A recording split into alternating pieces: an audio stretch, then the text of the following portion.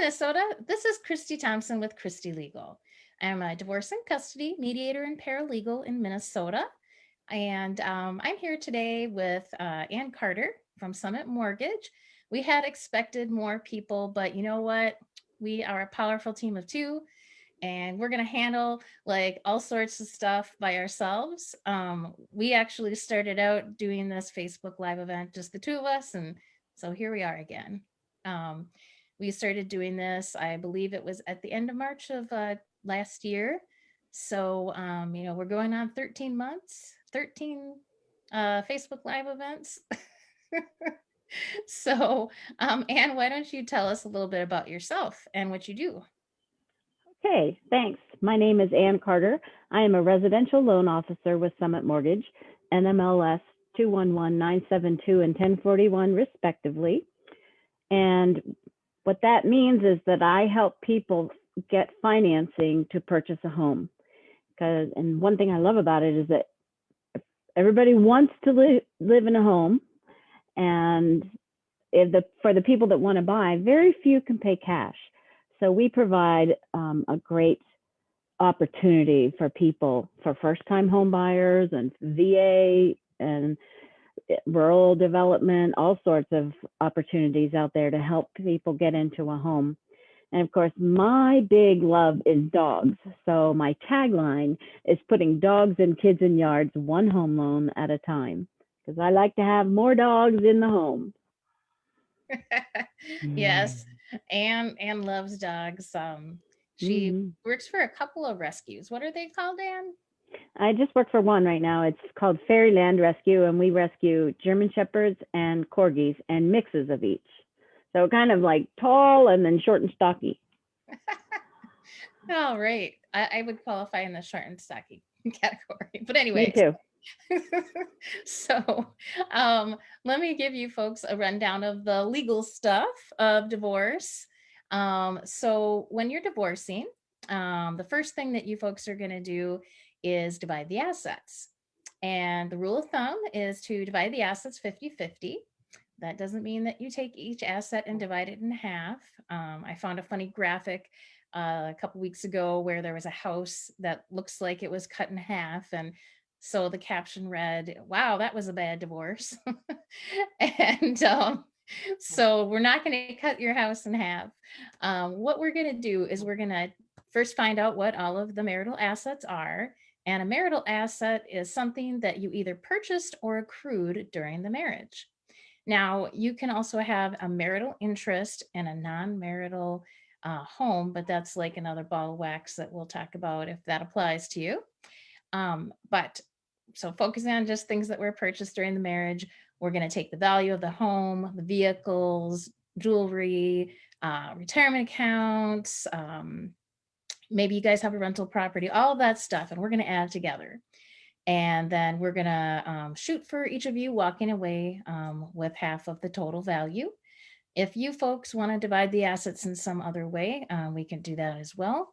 But the law in Minnesota is 50-50.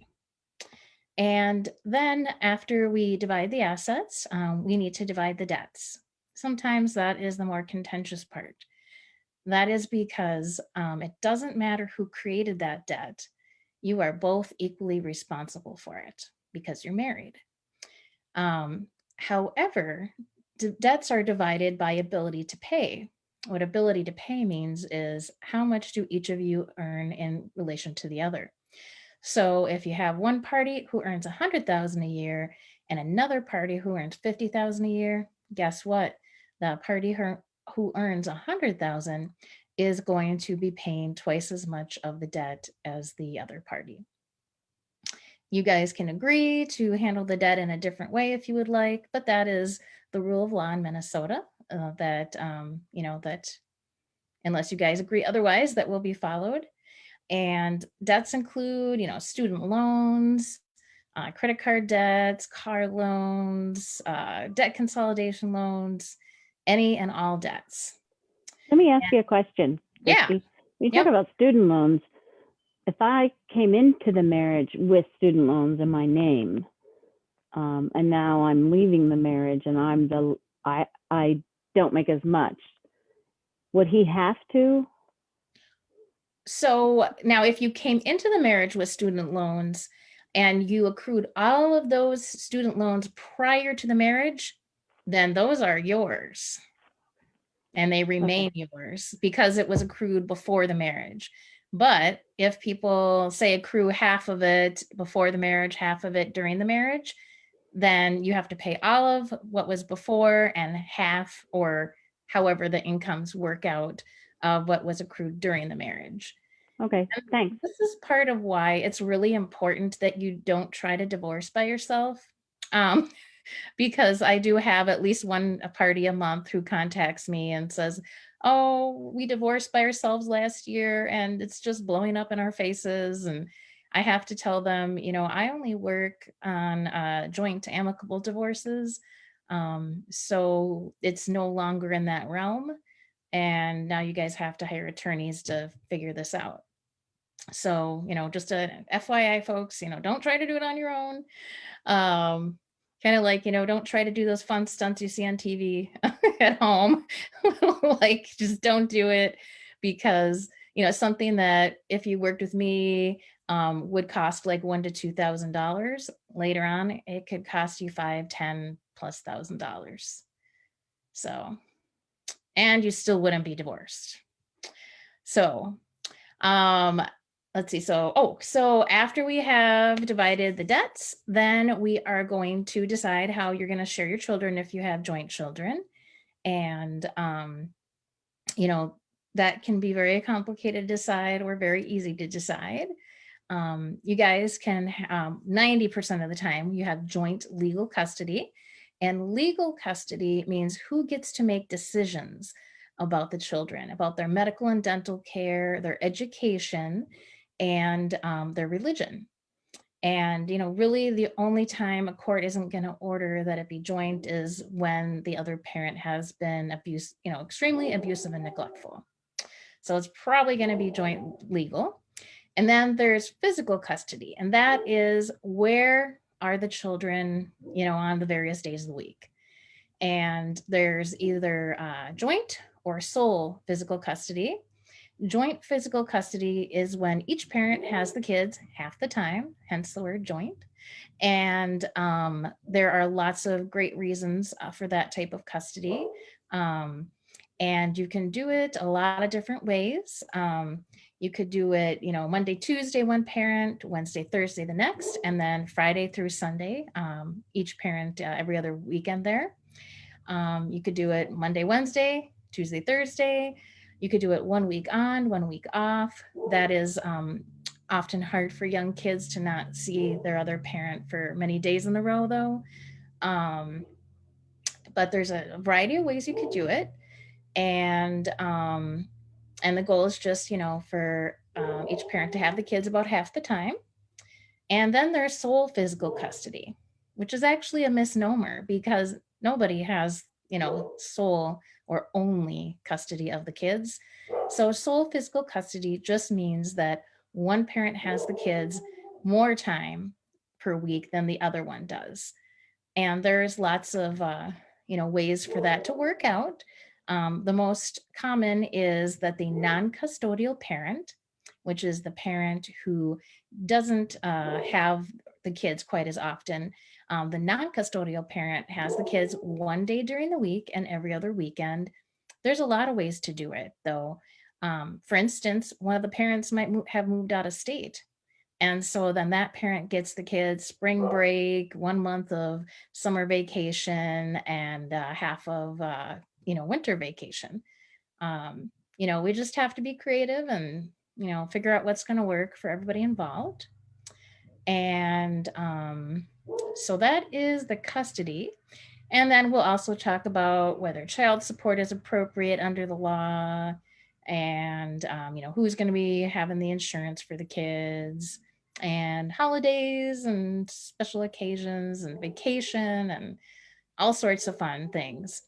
And it's really, really beneficial to agree to as many things as possible now during the divorce process because even if you're getting along pretty well right now, as soon as you guys are divorced, you don't have as much reason to be getting along well. And there might be other people who try to intervene in the situation, such as somebody's new boyfriend or girlfriend, and then it just makes things more difficult. So I always encourage my clients, agree to as many things as you can now, um, because now you have more incentive and it's easier, and it's not going to cost as much either. Later on, if you guys have a problem, you're going to have to lawyer up and file a motion if you can't work it out between each other. And filing motions and hiring attorneys is much more expensive. So that is the legal stuff, the really unpleasant stuff. So I have a question for you about that. Oh, When you said okay. afterwards, so they've gone through, it's been a couple of years, and they decide to change child support, alimony, whatever it is, or who's doing the insurance. It, should they do something, get a notary or something to notarize something like that? Do they have to go back to the court? Yeah, so they can come back to me and they can mediate a new agreement, and then I can write for them an amended judgment and decree.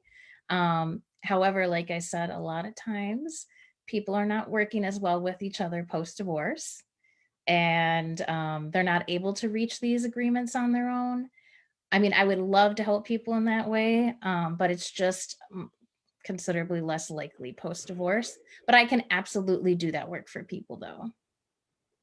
And so And but just they getting should do it down on legally it. though. Yes, they absolutely have to do it legally. So, like, for instance, if they just had an agreement between themselves, like say that the child support um, was going to decrease from $1,000 to $800, right?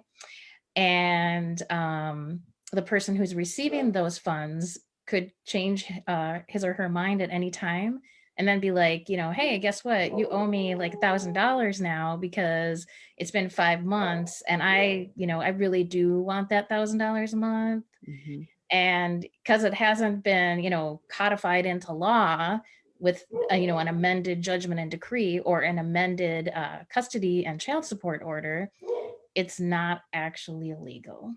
Yeah, a notary So doesn't do much. a notary wouldn't even help. No. Okay, good to know.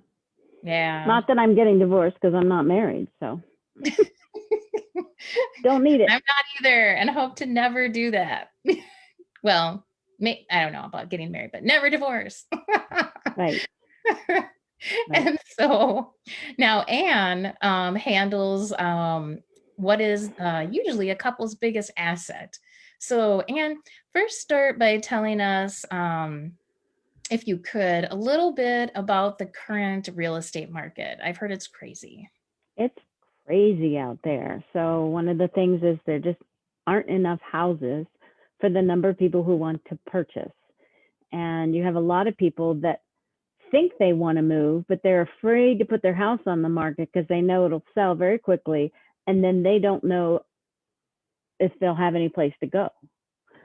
So I think if you really, really want to sell, I would put a lot of stuff in a storage unit somewhere and sell your house and rent for a month or two, or whatever you're trying to do it. Because the advantage to that is when your realtor writes up the offer, and when I put the pre-approval letter together, one thing that's on that pre-approval letter is something that says this approval is contingent on the sale of their current property, or this approval is not contingent.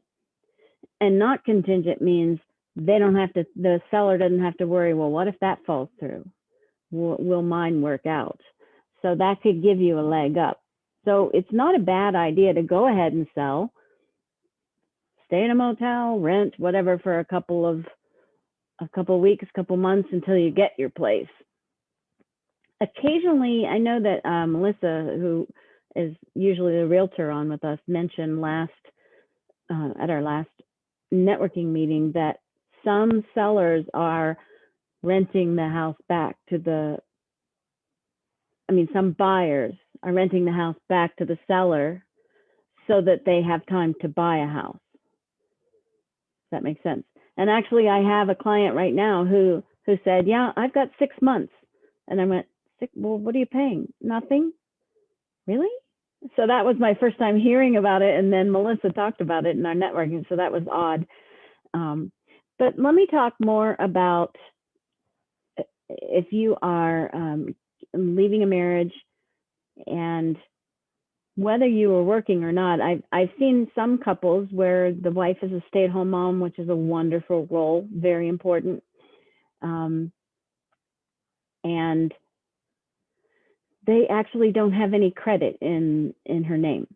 And so it's important that when people are at any point in time, like let's talk about kids coming out of college right now. And even if you have kids in your marriage, they're in, maybe they're in high school or college, and maybe what you want to do is get them a secured card. So you put $200 in, and they only can go up to $200 for doing it. And if they want, then they have to pay that off. Essentially, they spent $10 to get gas, then, which means they got what, 3 gallons? But if they spent $10 to get gas, now they have $190 of buying power, but they have to think about, I need to pay that, so it's back to 0 or 200. So it teaches them credit skills. It also, 15% of your credit score is the longevity of your credit. So it is helpful that to have credit in your name for a period of time. And then if you're going through a divorce, don't be a jerk. Don't go and say, well, he's got the big income. I'm just gonna go. He's gonna have to pay more of the debt anyway. I'm just gonna go buy what I want. Well, it just hurts everybody, especially if you end up having to declare bankruptcy, because then it could be a couple years before you could even buy again. So don't let the emotion that you're going through affect what you're going to do with your finances. I mean, finances should have zero emotion associated with them. You create a budget, and you live within that budget, and you make sure that while you're in there, you save and you donate, and then you pay bills on time, and you'll be fine. I don't know if that helps a little bit. I think I went on a serpentine route there.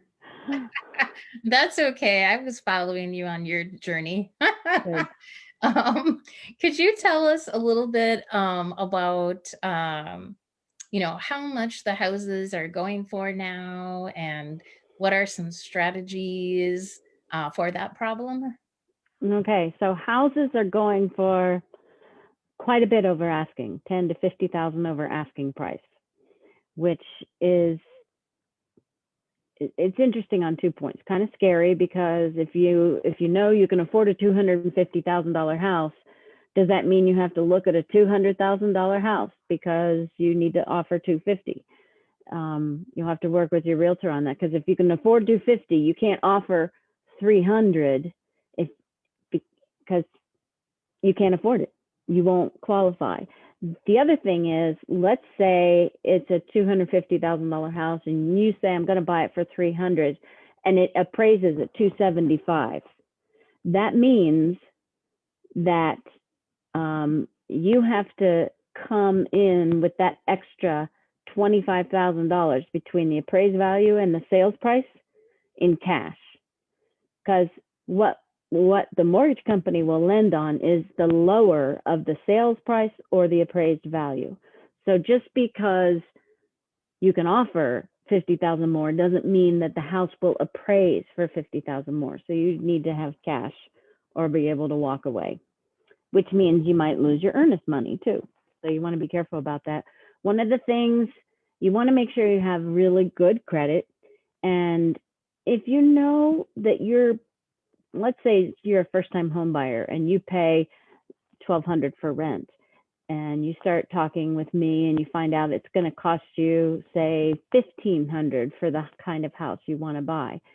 then every month while you're waiting, make sure you're putting an extra $300 away in savings, because now you're used to making that $1,500 payment. So it won't be a big deal. Plus, depending upon when you buy, you may have an extra 2,000 or 3,000 saved up that you can use towards down payment or closing costs or curtains or furniture.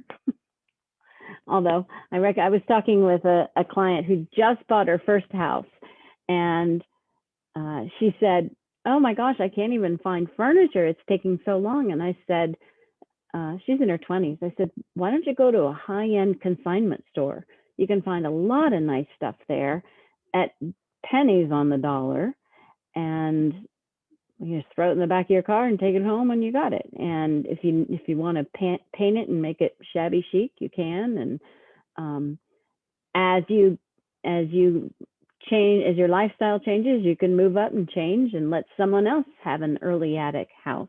That's what I call that. You know, when you get a little bit from mom and dad and a little bit from this garage sale and some from this consignment store, you end up with this early attic type look. But you know what? You're in your 20s. It's okay. The other thing is for loans that Summit underwrites, so it doesn't work for bond loans or government loans, but for our conventional loans, Summit, we can get, like I can work with you as a borrower, and we will get all of your documentation up front, send it into underwriting, have them totally underwrite it, and then we could provide for you an underwriting guarantee. That's a $10,000 underwriting guarantee that's paid to the seller if for any reason we messed up when we were underwriting the loan and it won't go through. So it hasn't, you know, if the appraisal comes back bad, that's not our problem and they wouldn't get the money. Or if the title is bad and things fall through, they wouldn't get paid on that. But if we messed up somehow on underwriting, then we would, and the loan can't close, then we would pay. So that's kind of a nice thing to have for the realtor to be able to put with your offer when it goes in. It could help move you higher up in the line of sometimes 40 and 50 people who are putting in offers on houses. And so it's a tough time right now, for sure.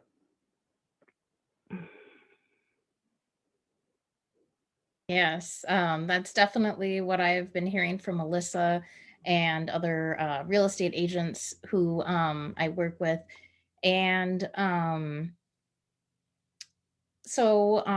you know, the house is the largest asset. And do you work with sometimes, and sometimes it is you know, hard to part with the house. And one question that people might have is, how long do you have to receive child support and spousal maintenance before that will count as income to qualify for a mortgage? You know, I'm kind of blanking on this right now. I know that what happens, let's say you have child support and you have children that are 9, 11, and 16. You can only use the child support for the 9 and the 11-year-old because the child support has to continue 3 years beyond the note date, so the day that you sign. So a 16-year-old isn't going to get it beyond 18 most of the time. I don't know how, maybe they're written differently, but if something was written differently and you were still receiving that, then we could use that. It would have to be in the divorce decree.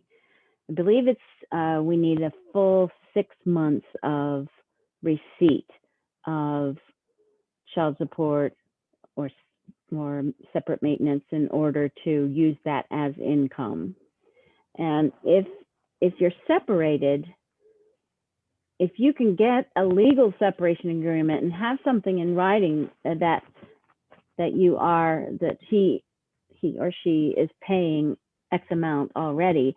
And you can show that if we can see those consistent payments in there, and maybe it's happened for 6 months, then we could use that. Even, I mean, if the final decree is higher, we could use that. If the final decree is lower, then we use that. But that's what you can do. That if you know you're gonna need that in order to be able to qualify for something, I recommend getting a separation agreement, have something in writing about paying something, and then be able to produce those bank statements that show that money going in consistently at this time every month. Yeah. Yep, that's exactly what I was looking for. I didn't mean to stump you. No, I shouldn't be stumped. Maybe it's the Friday thing. Who knows? Yeah, it is probably the Friday thing. Yeah. And so, and so now let's talk a little bit about after the divorce. And, sometimes people aren't able to get, qualify for a mortgage to either keep the house or, buy another house after divorce.